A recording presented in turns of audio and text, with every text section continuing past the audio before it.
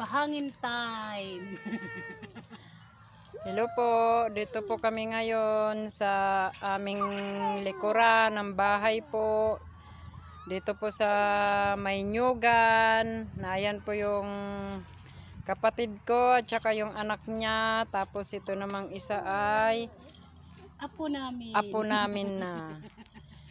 Nagpapahangin. Tapos ang Dito po itsura kami ngayon Tapos ang natambay. itsura namin yung papangit. Kasi nga po ay maganda ang Go! panahon. Kanta na kanta. A, Tapos B, C, ay mahangin. H, I, Tapos ay presko. Ano ba yun? Maganda siya tambayan. A, B, C, D, E, F, G, H, nag-aaway?